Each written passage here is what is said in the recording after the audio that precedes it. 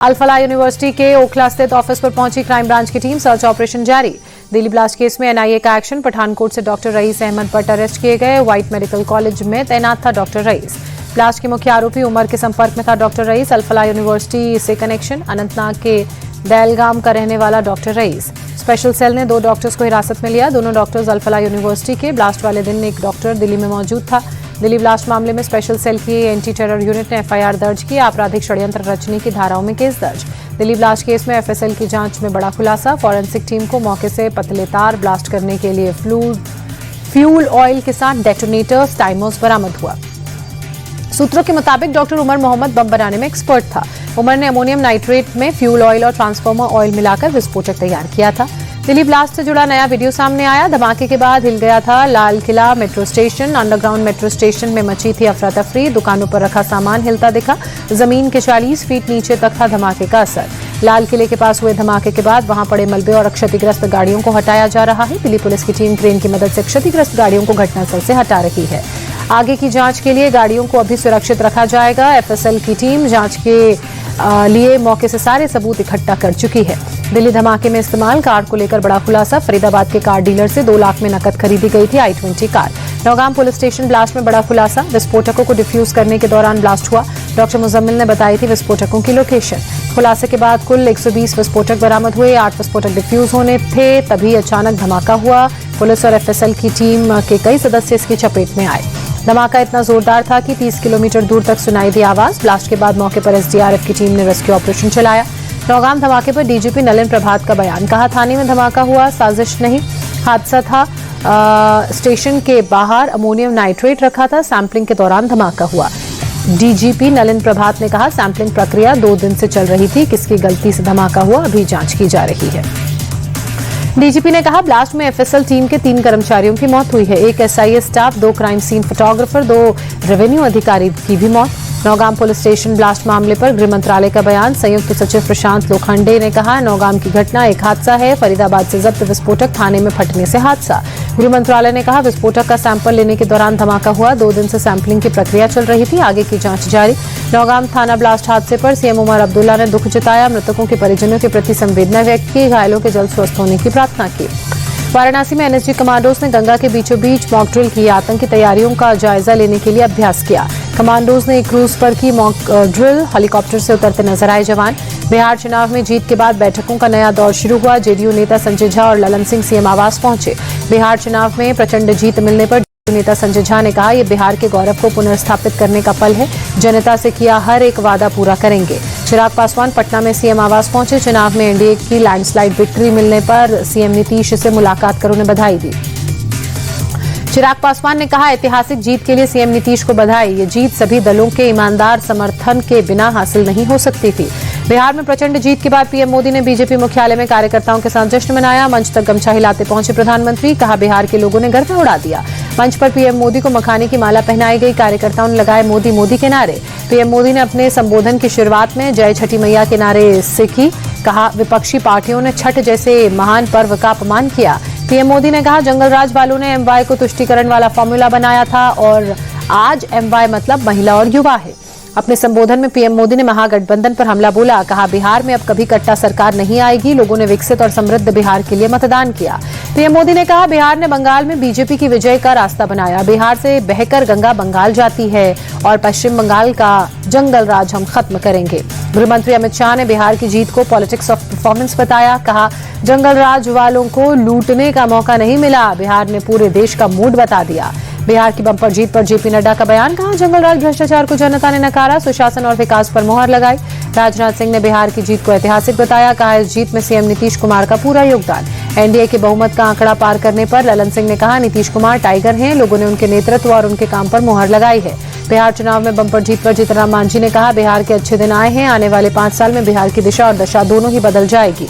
बिहार के नतीजों पर कांग्रेस नेता राहुल गांधी ने कहा, शुरू से ही निष्पक्ष नहीं था बिहार चुनाव, नतीजे चौंकाने वाले। राहुल गांधी के बयान पर बिहार बीजेपी अध्यक्ष दिलीप जायसवाल का पलटवार। बोले, उन्हें अपनी अंतरात्मा में झांकने की जरूरत। वे अभी परिपक्व नहीं है, उन्हें कोई गंभीरता से नहीं लेता। दिलीप जायसवाल ने कहा, राहुल गांधी के चलते बिहार चुनाव में विपक्ष की नाव डूबी। देश के खिलाफ बोलने वालों को जनता कभी स्वीकार नहीं करेगी। दिल्ली में कांग्रेस अध्यक्ष मल्लिकार्जुन खड़गे के घर पर बैठक, राहुल गांधी, केसी वेणुगोपाल समेत कई नेता मौजूद रहे। बिहार चुनाव में मिली हार पर मंथन हुआ। कांग्रेस ने महागठबंधन की करारी हार का ठीकरा चुनाव आयोग पर फोड़ा। कहा, चुनाव के बीच 10-10 हजार बांटने और SIR में वोट कटने के बाद ऐसे ही नतीजे आने थे। बिहार चुनाव नतीजों पर आरजेडी नेता मृत्युंजय तिवारी ने कहा, नतीजे आश्चर्यजनक, किसी ने ऐसी कल्पना नहीं की थी। पार्टी नेतृत्व इन परिणामों की समीक्षा करेगा। वीआईपी प्रमुख मुकेश सैनी ने अपनी हार स्वीकारी। कहा, जनादेश स्वीकार, हार का मंथन करेंगे। सीएम पद के सवाल पर बीजेपी नेता विनोद तावड़े ने कहा, केंद्रीय नेतृत्व इसका फैसला करेगा। बीजेपी सांसद राजीव प्रताप रूडी ने कहा, जीत का क्रेडिट सबसे पहले पीएम मोदी और सीएम नीतीश को जाता है। बिहार की महिलाओं ने एनडीए पर भरोसा जताया है। बिहार कांग्रेस नेता अखिलेश प्रसाद ने हार का ठीकरा संजय यादव और कृष्णा लवरू पर फोड़ा। कहा, सीट शेयरिंग में देरी और फ्रेंडली फाइट से नुकसान हुआ। सांसद पप्पू यादव ने चुनाव परिणाम को बिहार के लिए बेहद दुर्भाग्यपूर्ण बताया। कहा, हमें इसे स्वीकार करना ही होगा। शरद गुट की नेता सुप्रिया सुले का बयान, महाराष्ट्र की तरह बिहार में वोट चोरी की आशंका। बिहार चुनाव के नतीजों पर AIMIM के राष्ट्रीय प्रवक्ता वारिस पठान का बयान, मैं सीमांचल की जनता का शुक्रिया अदा करता हूं जिन्होंने हमें भारी संख्या में वोट दिया। वारिस पठान ने महागठबंधन पर जमकर निशाना साधा। कहा, महागठबंधन के नेताओं में घमंड है जिसकी वजह से उनका सूपड़ा साफ हो गया। त्रिपुरा के मुख्यमंत्री माणिक साहा ने बिहार में जीत पर कहा, नतीजे हमारी उम्मीद से भी बेहतर हैं। माणिक साहा का बयान, बोले, पहले बिहार में चुनाव जाति के आधार पर होते थे लेकिन अब खत्म हो गया है। बिहार चुनाव के रिजल्ट पर बंगाल बीजेपी नेता अग्निमित्रा पॉल ने कहा, बंगाल की बारी है, बंगाल के लोग परिवर्तन चाहते हैं। स्वतंत्रता सेनानी बिरसा मुंडा की 150वीं जयंती पर संसद में श्रद्धांजलि दी गई। राष्ट्रपति द्रौपदी मुर्मू, उपराष्ट्रपति ने अर्पित की पुष्पांजलि। राज्यसभा के उपसभापति और किरण रिजिजू ने भी दी श्रद्धांजलि। झारखंड सीएम हेमंत सोरेन ने रांची में भगवान बिरसा मुंडा की 150वीं जयंती पर उन्हें श्रद्धांजलि दी। राज्यपाल संतोष गंगवार ने भी पुष्पांजलि अर्पित की। झारखंड का 25वां स्थापना दिवस आज, पीएम मोदी ने ट्वीट कर प्रदेशवासियों को दी शुभकामनाएं। दिल्ली के वसंत कुंज इलाके में पर्यावरण मंत्री मनजिंदर सिंह सिरसा पहुंचे, स्वच्छता सफाई की स्थिति का निरीक्षण और समीक्षा की। बाबा बागेश्वर की एकता हिंदू पदयात्रा मथुरा में जारी, कथावाचक जय किशोरी समेत कई संत महंत मौजूद। कल वृंदावन में बांके बिहारी के दर पर यात्रा का समापन होगा। बाबा बागेश्वर की पदयात्रा में कई फिल्मी हस्तियां पहुंची। शिल्पा शेट्टी, एकता कपूर, राजपाल यादव यात्रा में शामिल हुए। गुजरात के भरूच में एक और धर्मांतरण का मामला सामने आया। NRI मौलवी ने हिंदू महिला से रेप कर किया ब्लैकमेल। पुलिस ने आरोपी अजवद बेमात को गिरफ्तार किया। यूपी के औरैया में दबंगों के हौसले बुलंद, गाली गलौज का विरोध कर रहा व्यापारी को पड़ा भारी। दिन दहाड़े व्यापारी और उसके परिजनों को जमकर लाठी डंडे उन पर बरसाए गए। मारपीट का वीडियो सोशल मीडिया पर वायरल, व्यापारी और उसके परिजन गंभीर रूप से घायल। पुलिस ने 5 नामजद 15 अज्ञात हमलावरों के खिलाफ केस दर्ज किया। बिहार के मुजफ्फरपुर में एक घर में शॉर्ट सर्किट से आग लगी, एक ही परिवार के 5 लोग जिंदा जले, सभी की मौत हुई। कोलकाता के एजरा स्ट्रीट स्थित इलेक्ट्रॉनिक गोदाम में भीषण आग लगी, आसमान में धुएं का काला गुबार उठा, लाखों का माल जलकर खाक हुआ। दिल्ली की हवा जहरीली हुई, खतरनाक स्तर पर प्रदूषण पहुंचा। इंडिया गेट इलाके में एयर क्वालिटी इंडेक्स 369 दर्ज हुआ। दिल्ली के ITO इलाके में गंभीर श्रेणी में का स्तर AQI 400 के पार, सांस लेना मुश्किल। प्रदूषण कम करने के लिए दिल्ली में जगह जगह पानी का छिड़काव जारी। दिल्ली कैंट इलाके में MCD ने पानी का छिड़काव किया। गुरुग्राम के सेक्टर 29 के बसई गांव में एक फैक्ट्री में भीषण आग लगी, बड़े पैमाने पर नुकसान की आशंका। हादसे में किसी के हताहत होने की खबर नहीं, काफी दूर से दिखाई दी आग की लपटें। यूपी के सीतापुर में वन विभाग को बड़ी सफलता हाथ लगी, पिंजरे में कैद हुआ तेंदुआ, कई लोगों पर कर चुका है जानलेवा हमला, कई दिनों से चल रहा है सर्च ऑपरेशन।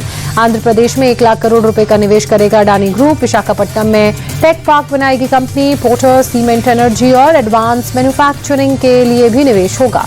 सोने चांदी के दाम में गिरावट दर्ज, 1760 रुपए सस्ता हुआ सोना। 10 ग्राम सोने की कीमत 1,24,794 रुपए। चांदी की चमक भी पड़ी फीकी, 3,363 रुपए सस्ता। 1 किलो का भाव 1,59,367 रुपए। अक्टूबर में थोक महंगाई दर 27 महीने के निचले स्तर पर पहुंची, 1.21% की गिरावट।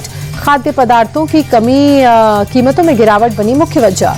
तमिलनाडु सरकार का कर्मचारियों को बड़ा तोहफा, महंगाई भत्ता 55% से बढ़ाकर 58% किया। 16 लाख कर्मचारियों और पेंशनर्स को मिलेगा इसका फायदा। टायर कंपनी MRF ने जुलाई-सितंबर तिमाही के नतीजे जारी किए, मुनाफा 12% बढ़कर 526 करोड़ हुआ। निवेशकों को लेकर सेबी चीफ तुहिन कांत पांडे का बयान, कहा शेयर बाजार में निवेशकों की जागरूकता और भागीदारी के बीच अंतर कम करना जरूरी है। कॉफी डे ग्लोबल ने सितंबर तिमाही के नतीजे घोषित किए, दूसरी तिमाही में घाटा बढ़कर 6 करोड़ रुपए हुआ। 2024-25 बाजार वर्ष में खाद्य तेल आयात में बढ़ोतरी, 1.6 करोड़ टन खाद्य तेलों की इंपोर्ट की खबर। आयात की लागत लगभग 15% बढ़ी। अमेरिका, EU समेत देश जो दूसरे हैं उनके साथ मुफ्त व्यापार समझौते पर बातचीत जारी, जल्द FTA होने की संभावना। केंद्रीय उद्योग मंत्री पीयूष गोयल ने दी जानकारी।